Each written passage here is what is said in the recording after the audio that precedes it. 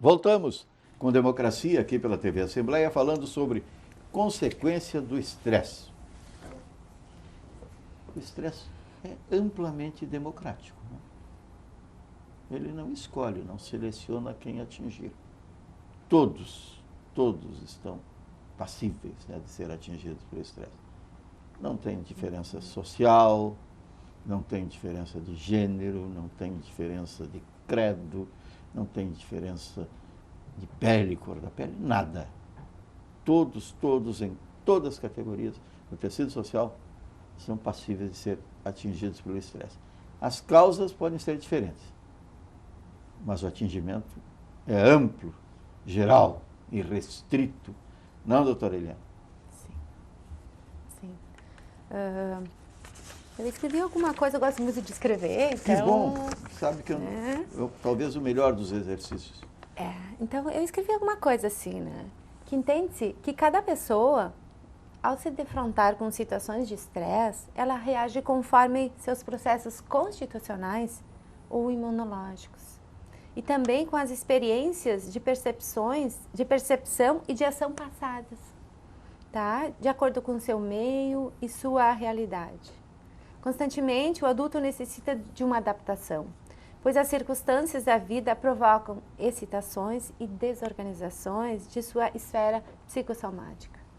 Assim, porque ocorrem situações angustiantes, de traumas ou de crises, ocorrerá uma reação de alarme, um esgotamento, pelo qual os estados de equilíbrio internos do ego são rompidos, ocorrendo então o estresse. A duração da desorganização varia dependendo do sistema mental e de suas funções somáticas marcadas pelas fixações anteriores. Na maioria dos casos, podemos considerar que nosso trabalho se resume em focar no restabelecimento da saúde. Não podemos deixar de pensar que o ser humano tem uma força interna muito grande. E na maior parte das vezes, o nosso trabalho é ajudá-lo a se reencontrar. A importância dessa força interna muito grande.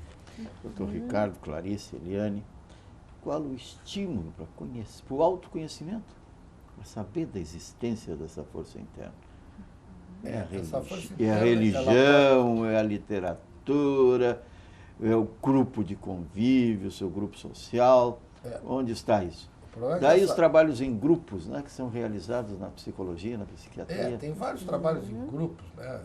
Eu digo que a psicoterapia de grupo começou num botequim, né? Aquilo ali é uma psicoterapia de grupo, né? Às vezes um tanto quanto nociva. Um grau de agressividade que o álcool estimula. E aí, mas aí o pessoal não fala tudo, né? Ali se discute situações conjugais, políticas, futebolísticas, etc. Inclusive, eu morei um tempo no Rio de Janeiro.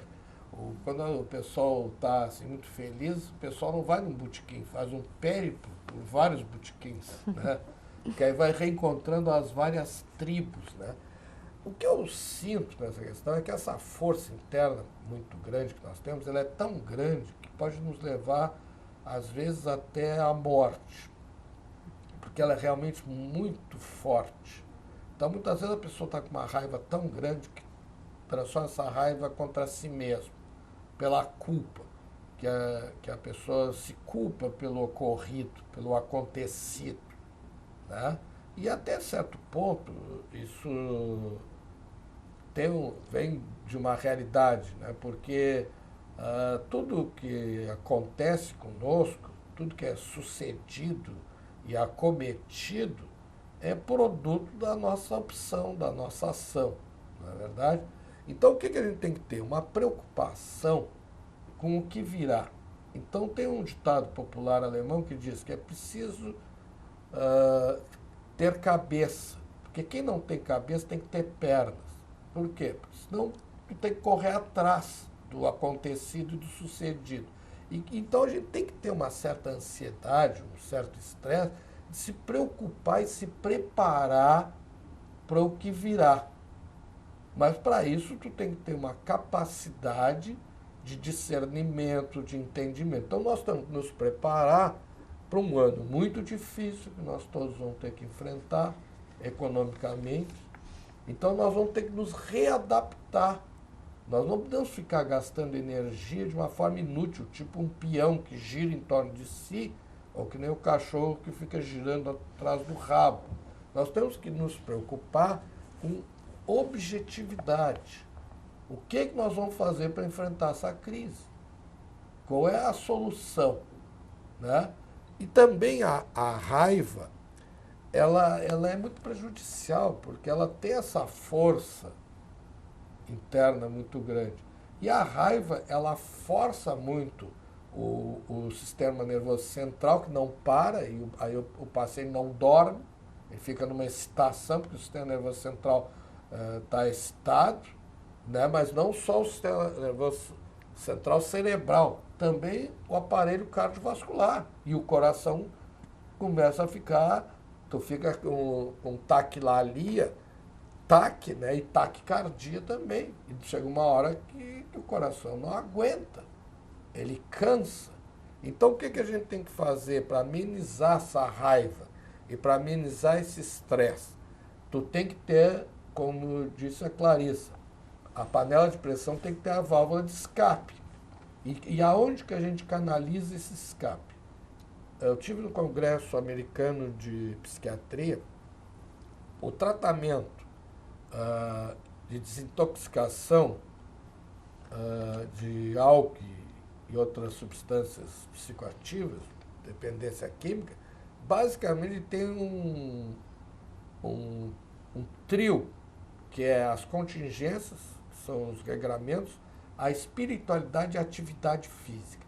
E dentro da atividade física, principalmente, eles usam muito lá os sacos de pancada. Então, tu tá com raiva, vai lá e bate no teu saco. Aquele de treinamento do boxeador. E agora eu uso para outras lutas.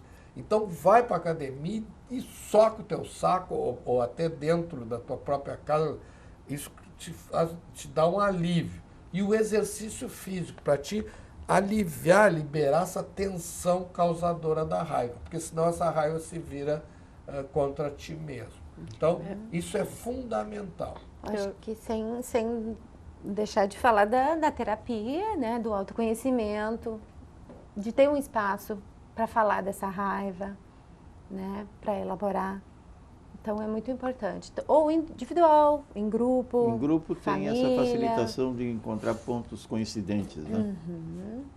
Mas nem todas as pessoas aderem, né? Tem outras que preferem individual, fazer a terapia individual. Aí ali é um momento para falar dessa raiva, falar dessas coisas que voltam contra ela, né? Eu acho que a grande questão é se fortalecer. O sofrimento, pode ser diferente para cada um, né? E cada um deveria buscar a sua válvula de escape, deveria buscar aquilo que lhe conforta, mas sem esquecer, claro, da psicoterapia, que pode resgatar essa força interior de uma forma positiva, pode ajudar o ser humano a se entender melhor, né? O autoconhecimento, mas a atividade física também pode ser muito importante para algumas pessoas, atividades artísticas, o próprio escrever, uma pintura, enfim. Cada pessoa pode achar o seu jeito de dar conta disso. Mas é fundamental que cada pessoa também avalie seu nível de sofrimento para buscar a ajuda necessária. Cantar também é bom. Né? Cantar. Ir num show de música, ouvir música, dançar. Que sem motivação, né? Namorar. Que sem motivação não há tratamento, né? Então, esse autoconhecimento, essa vontade, esse desejo de se conhecer, isso facilita bastante o nosso trabalho. De saber o que lhe faz bem. Mas só que a E gente o que não faz a também, gente tem que né? normatizar isso. Nós temos 8 horas de estresse do trabalho, de cumprir com as nossas metas, os nossos objetivos. Só que tu acrescenta em cima dessas 8 horas o deslocamento. A maior causa de estresse é o deslocamento, a distância e o trânsito entre o teu local de moradia e o teu trabalho. Essa é a maior causa de estresse. Então, isso tem que ser avaliado. Então, por exemplo, nós, profissionais liberais, médicos, psiquiatras, psicólogos, assistentes sociais, nós trabalhamos em vários hospitais, em várias unidades de saúde, inclusive às vezes até em várias cidades. Então nós nos deslocamos 100 quilômetros por dia. Tem gente que se desloca 200, 300. Outros que moram em São Paulo, por exemplo, levam 3 horas para ir e 3 horas para voltar. Essa é a maior causa de estresse. Então, essas 8 horas de trabalho são acrescentadas com mais esse tempo de deslocamento. O ideal era a gente ter 8 horas de trabalho, 8 horas de descanso, que é sono, e 8 horas de lazer. O grande problema é que essas 8 horas de lazer aqui, elas estão capadas. Então, essas 8 horas de lazer, ninguém faz 8 horas de lazer por dia. Ninguém. É impossível. Porque, no mínimo, tu gasta metade com deslocamento. Mas mesmo que tu gaste metade, sobram ainda 4 horas, que essas 4 horas nós temos que ter claro que nós temos que fazer o lazer. Pode ser ver novela, ver filme, ir na igreja, ir no coral, não é? Ou na própria academia, na atividade física, ou caminhar na praça, caminhar em qualquer lugar. Então, isso que é o fundamental. O descanso fica para a hora do sono. Exatamente, são 8 horas. É isto que não pode ser confundido, porque as pessoas pensam que existe um horário para o descanso e outro para o sono. Não, o descanso fica para o sono. Porém, o ambiente de trabalho, o indivíduo pode encontrar prazer também no seu trabalho. Então, o trabalho por si só, ele não é um fator estressante. Tem meios e meios de trabalho diferentes. Então, pode ser que o indivíduo se sinta muito bem, que seja um meio de trabalho acolhedor, que não tenha nenhuma forma de assédio moral, enfim, pressão sempre vai ter. A gente sabe que não tem nenhuma profissão que não tenha pressão. Mas o lidar com isso, como lidar, como buscar apoio com seus pares, com seus gestores, essa é a chave. E também no trânsito, né? Como lidar com 1 hora de engarrafamento, enfim. Pode-se ligar o som do rádio, cantar. Então, tem formas e formas de lidar. A gente sabe que os estressores, eles estão aí, né? Mas como a gente vai lidar com isso, como cada um de nós vai lidar com isso, é a chave. Uhum. Eu dei uma pesquisada, assim, e achei umas causas comuns, assim, de estresse. Uma listinha, assim. Vestibular, tá? Morte, multidões, congestionamentos, isso que a gente está falando, casamento, gravidez, prazos, metas, problemas judiciais, mudança de emprego, acidentes, divórcio, novo emprego, reforma, problemas financeiros, doenças, agressões políticas e sociais. E o desemprego. E o desemprego. A maior causa de estresse... Desemprego. Não. A maior causa de estresse é o emprego. O emprego. É o emprego. É o medo de perdê-lo. Aí a segunda causa de estresse são as finanças, né? Que uma coisa tem que conectar a outra. Aí depois que vem a família, né? E uma coisa assim, muito simples e muito comum, né? Às vezes as pessoas não sabem dimensionar o estresse. Então, assim, a primeira característica e sintoma, além do que a gente já falou, aceleração cardíaca, taquicardia, tontura, dor de cabeça, formigamento, tu já tinha falado do formigamento, lembra? Suor nas mãos e nos pés, suor excessivo. E dores musculares, que eu já tinha falado também, ombros, costas e pescoço. Se nós pegar esses dados que eu falei aqui, muita gente que está nos ouvindo vai se descobrir dizer, estressado. ai meu Deus. Então é isso mesmo, né? Então o que a gente precisa fazer? É aquilo que a gente falou anteriormente. Tem que ter a atividade física, o lazer, porque às vezes, quando tu vai ver um filme, por exemplo, eu fui ver um filme que eu acho que todos nós devemos ver se não vimos, que é Relatos Selvagens, por exemplo, um filme argentino que está concorrendo ao Oscar.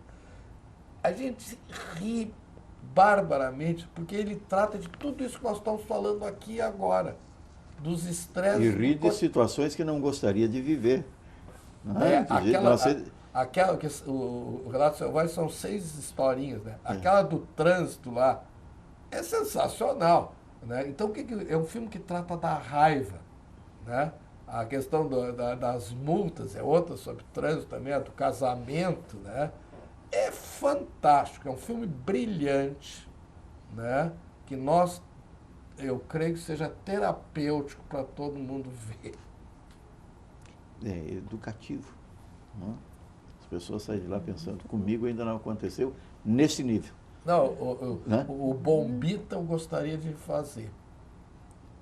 O Bombita é um engenheiro, É o engenheiro explosivo. que acaba incendiando o carro.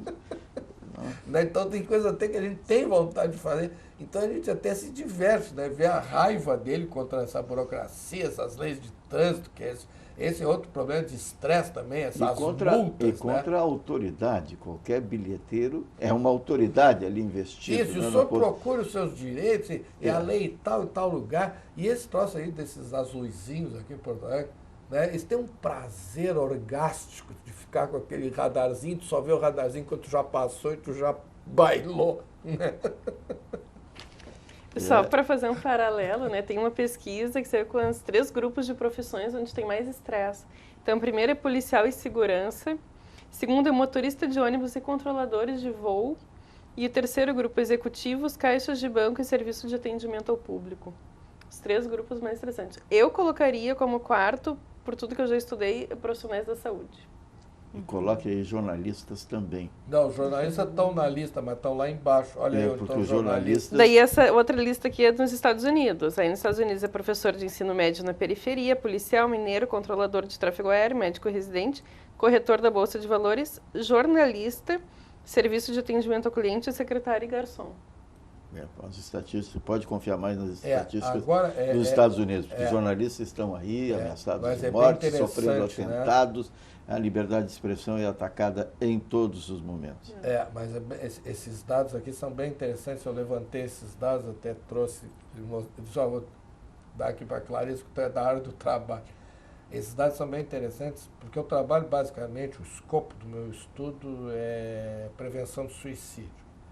A maior incidência de suicídio, que é o dobro da população em geral, são os policiais. Então, vem a constar. E outra questão, isso aí que é essa estatística é americana, mas o professor de nível médio, aonde mesmo que diz? Na periferia das grandes cidades. Que aqui não é... Não é diferente. Sim. Em Nova York, a incidência de agressões nas escolas, então eles criaram lá um grupo de estudo, de intervenção para evitar o confronto, porque as brigas nas escolas, inclusive as agressões aos próprios professores, né, aqueles bairros de Nova York pesados, e eles tiveram um sucesso muito grande nessa área aí de evitar o confronto, e também aí entra muito a questão de droga, também a prevenção, né? Inclusive nós temos contato com o pessoal da Universidade de Halifax, no Canadá, que é ao norte de Nova York. E aí eu trabalho muito com essa questão de prevenção do suicídio, eu coloquei para eles. Mas como é que se faz prevenção do suicídio? Como é que vocês fazem isso? Nós não fizemos prevenção do suicídio. Nós fizemos prevenção de doença mental. Se tu prevenir a doença mental, estabilizar a doença mental, tu evita o suicídio. E é importante essa estatística e essa colocação dos Estados Unidos, que ela é absolutamente compreensível, né? O ensino médio na periferia. Quem é o estudante do ensino médio? E na periferia. E na periferia. Aqui de Porto Alegre deve ser, olha... São jovens, né? Na adolescência ainda, mas jovens, desenvolvidos fisicamente cada vez mais. Né? Os jovens dos anos 60 de 15 anos mediam 1,65 m, hoje eles medem 1,80 m. Né? Daí essa agressividade, esse confronto direto com os professores, a agressão física em vantagem para o agressor. Mas né? o que o pessoal do Canadá, Estados Unidos, estimulam nas universidades e escolas? Esporte. Esses jovens que lá eles não têm 1,80 m, eles têm 2 metros. Lá eles têm quase 2 no Canadá. Basquete, beisebol. Esporte de contato físico. E não só o esporte. Uma coisa que eu vi das universidades americanas que eu adoro, as bandas. Aqueles festivais de banda. Então, por exemplo, se tu gosta de música, tu vai para a banda. E aquelas bandas são... E competição entre as bandas. Isso, o festival é um espetáculo. Os torneios de basquete universitário se equivalem quase quanto a a NBA, né? E não só no basquete, como também no futebol americano, no beisebol, nos esportes desses. Nos no Canadá é aquele hockey, né? Do gelo, que é de uma violência terrível. Talvez o mais violento. Mais violento, né? É porque no hockey eles podem se agredir, né? É permitido. Então... Mas eles são todos preparados. Então o que eles fazem? Eles canalizam a raiva, mas com regras, né? Que ameniza, né? E alivia. E as bandas é sempre uma grande ideia, né? Quem é de Pelotas sabe, né? Da excelência da banda do Gonzaga.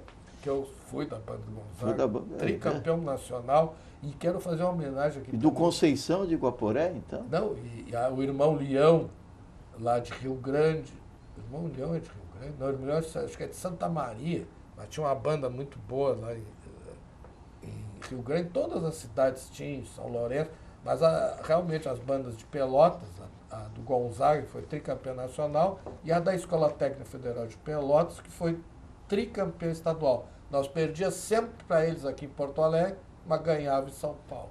Então aquilo era uma maravilha, nós jovens, adolescentes, ao invés de nós ficar, como hoje ficam, usando drogas, essa coisa, tinha as bandas. Hoje nós não temos as bandas, né? Os torneios interescolares, interescolares, universitários, né? Então essas coisas que nós temos que estimular para canalizar a raiva e evitar esse conflito e esse ímpeto, confronto. né? Sejamos suaves, o ímpeto da juventude. Não, o problema todo, é o que eu sempre digo, o meu problema sempre foi a testosterona. A testosterona só me causou problema, porque a testosterona só aumenta a impulsividade, a agressividade e o número de filhos. E o número de casamentos. Exatamente. Então essa testosterona só me causou problema. Agora que eu estou ficando velho, tenho menos problema. Mas tem solução para tudo.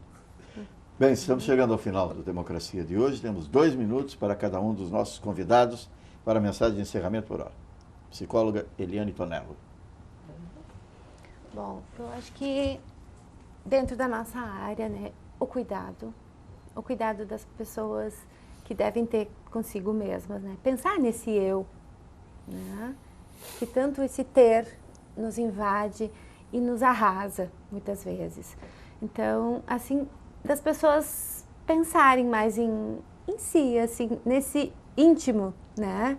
Nessa força interna, nessa força que pode ser canalizada através da arte, a arte como um dispositivo de saúde, que também produz saúde, né? Muito obrigado. Psicóloga Eliane Tonello, psicóloga clínica da saúde hospitalar, membro da Sociedade de Psicologia do Estado do Rio Grande do Sul, pela participação no nosso Democracia aqui pela TV Assembleia. Volte sempre. Muito obrigada. Será um prazer para nós e todos aqueles que acompanham este programa. Clarissa Andrade.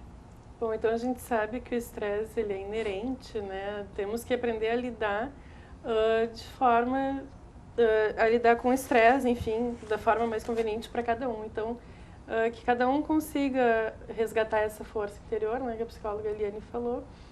Se necessário, dependendo do nível de sofrimento, buscar ajuda, buscar psicoterapia e que o ambiente de trabalho também seja favorável, que as pessoas consigam encontrar prazer no ambiente de trabalho. Acho que e lidar com as situações da vida cotidiana da forma mais prazerosa que for possível. O chamado adoecimento laboral, o estresse é o maior causador ou existem também causas físicas?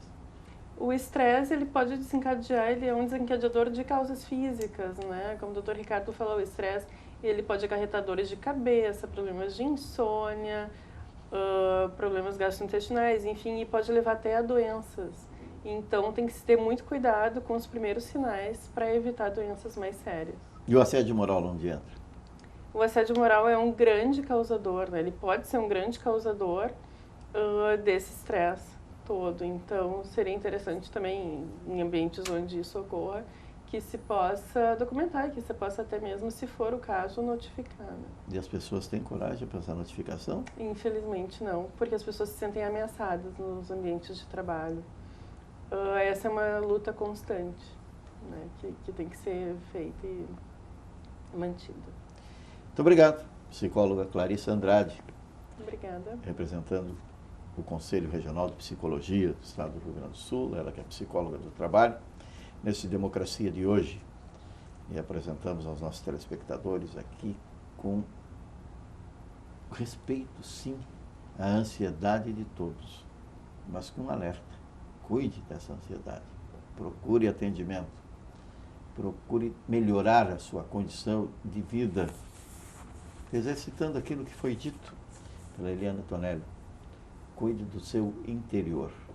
Com isso você estará encontrando também a solução adequada. Doutor Ricardo Nogueira. Pois é.